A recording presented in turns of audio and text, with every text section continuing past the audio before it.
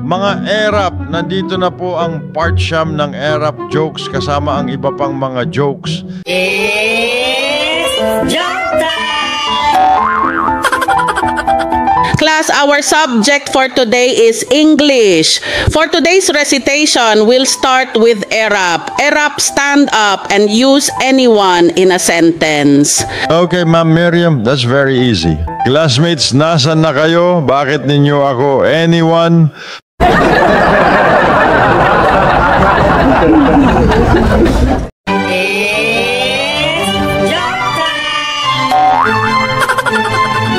Daddy, ano kaibahan ng confidence sa confidential? Ganito yun, anak. Ikaw, sigurado akong anak kita kasi magkahawig tayo sa face at ugali. Confident ako dun. Yung best friend mo sa school na si Monica, anak ko rin siya. Yun ang confidential.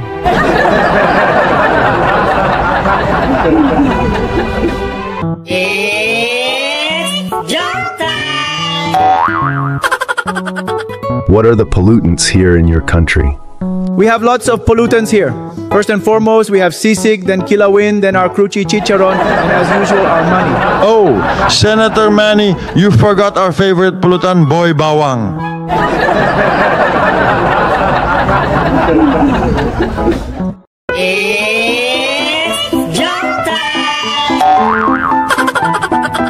Erap, what is the chemical formula for water? HIJKLMNO. What are you talking about? Ma'am, ang sabi ninyo kahapon, ang chemical formula ng water ay H2O.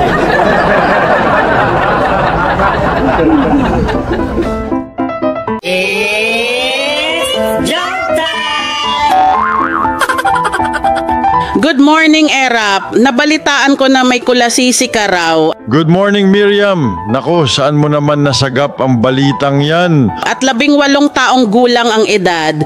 Lumang balita na yan, Miriam. 28 taong gulang na siya ngayon. Hehehehe.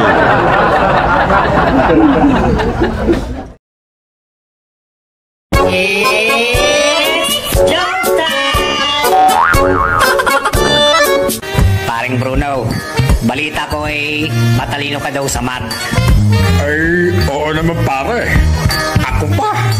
Sige nga pare, halimbawang binigyan kita ng 5 mansanas, 10 orange, 2 pakwan, at 5 saging.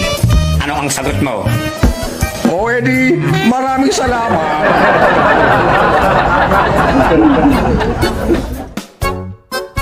This is for all the men out there. If you want to have a happy man's life, I have 5 tips for you. Number 1, have a girl to help you at work. Number 2, have a girl to take care of you and to love you. Number 3, have a girl who can make you laugh. Number 4, have a girl who spoils you. At ang pinaka-importante, ang number 5, siguraduhin ninyo na hindi magkakilala and 4 na babae na yon.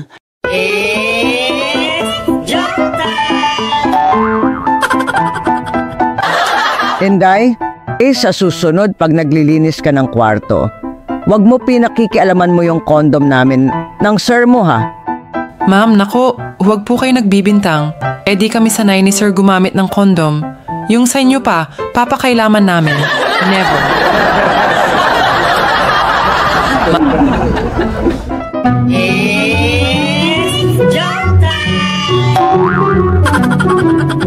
Father, nais ko pong mangumpisal ng mga kasalanan ko. Sige anak, ano ba ang mga kasalanan mo? Nakapatay po ako ng 20 katao. Bakit naman iho? Kasi sabi ko po sa kausap ko, walang Diyos. Nagpipilit po sila na meron daw Diyos, meron at naniniwala daw sila sa Diyos. Nagdilim na po ang isip ko kaya napatay ko sila. Kayo po ba, Padre, naniniwala sa Diyos? Dati yun anak, ngayon trip na lang.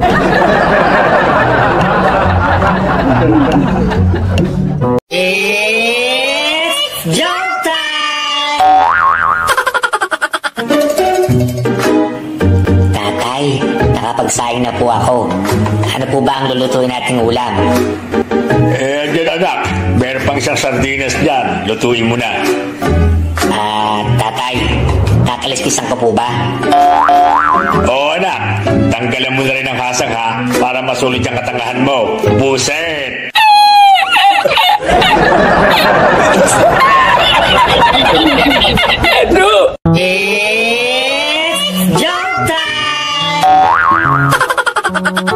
Okay pare, saan ba dumaan target natin? Para mabayaran na tayo ni Mayo. Wala pa nga nag-alala na tuloy ako. Ha, bakit naman? Sana, wala mangyari sa kanya na masama.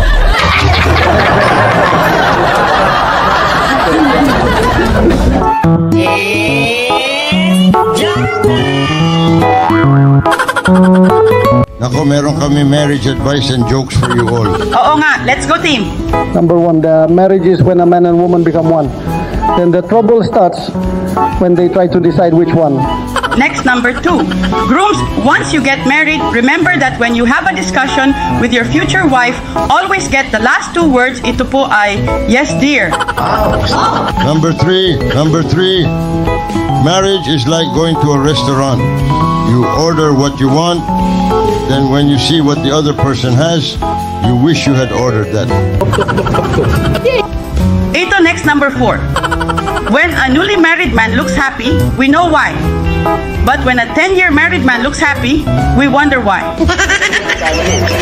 Ito next, number 5. Love is one long sweet dream, and marriage is the alarm clock. Ito next, number 6. Alam nyo ba what is the penalty for bigamy? What is the penalty for bigamy, Bongbong? Ito ay having 2 mother-in-laws. Guys, ako meron ako. Alam nyo ba, marriage is like a video game. Starts off easy, then gets harder, and eventually you go online and find a way to... Grabe siya, bitter. What on earth were you thinking? I have an interesting one. Marriage is the alliance of 2 people, one of whom never remembers birthdays and the other never forgets them. Wow! Ito meron ako. As Aristotle said, love is composed of a single soul inhabiting 2 bodies. But marriage is more like your wife inhabiting both bodies. I have advice. It's important. Every man wants a beautiful wife, a smart wife, a loving wife, a sexy wife, and a cooperative wife. Sadly, bigamy is against the law. Ito pa. Wow! When a man opens the door of his car for his wife, you can be sure of one thing. Either the car is new or the wife is. I have a funny one. A couple were married for 67 years. The husband was asked if, in all those years, he had ever thought of divorce. Heavens, no, he replied. Murder, yes, but never divorce. Alam nyo ba, my wife and I were happy for 20 years. Tapos nakita kami ni Loy. Lungkot, di ba? Ito meron me. I asked my wife if she ever fantasizes about me. She said yes. She fantasizes about me taking out the trash, mowing the lawn, and doing the dishes. Marriage is like the IKEA of relationship. Easy to walk into, confusing to piece together, and difficult to exit.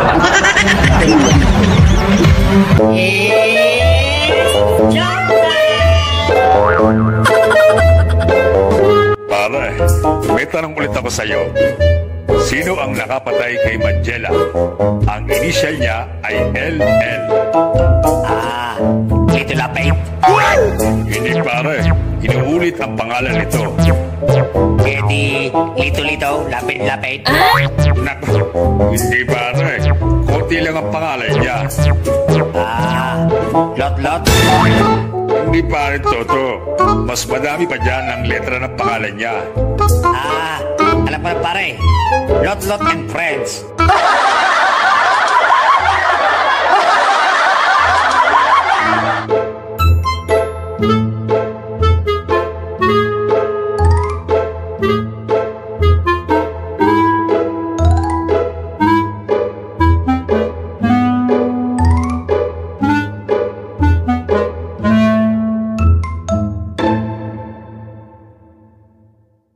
It's joke time! Pwede bang palitan tong laptop na regalo mo sa akin? Bakit? Ang ganda niya na. Masyadong mabigat nakakatamad dalhin. But hindi mo i-try mag-delete ng files para gumaan? Hay nako, Erap.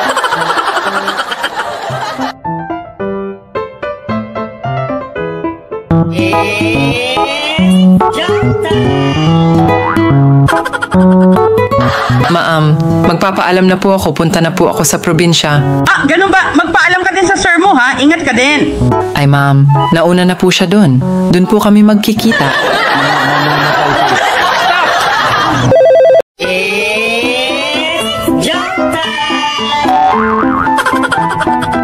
Hello, ano po name ng bata? Ferrari po, father. Oh, kambal pala sila. So naman, ano po name niya? Ito po si Volvo. Okay po na we may proceed with the christening. May I ask po, regular po or unleaded?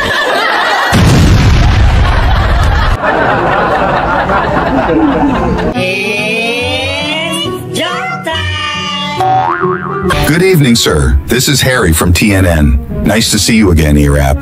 Oh, hello, Harry, and to all the viewers of TNN. Thanks, sir. Congratulations on your victory as mayor. Thank you, Harry. Now that you have won, how can we address you?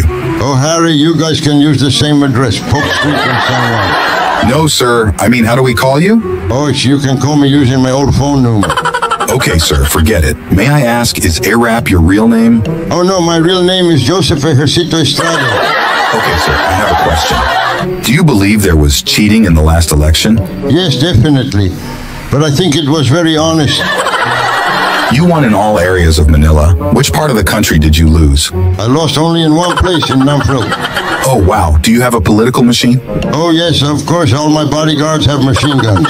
My next question, sir, is what is your stand on the abortion bill being passed? The abortion bill, nako. I will ask my assistant to pay it immediately. Oh, okay. My last question, sir. Do you believe in safe sex? Yes, I do. Just make sure your wife doesn't catch you. It will be trouble. That was interesting. Thanks, Mary Arap. Thanks also. Bye for now. Paring Bruno, balita ko matalino ka daw sa math. Ay, oo naman pare. Ako pa. Sige nga pare, halimbawang binigyan kita ng 5 mansanas, 10 orange, 2 pakwan, at 5 saging. Ano ang sagot mo? O edi, maraming salamat. Salamat na muli sa walang sawang panonood ng ating mga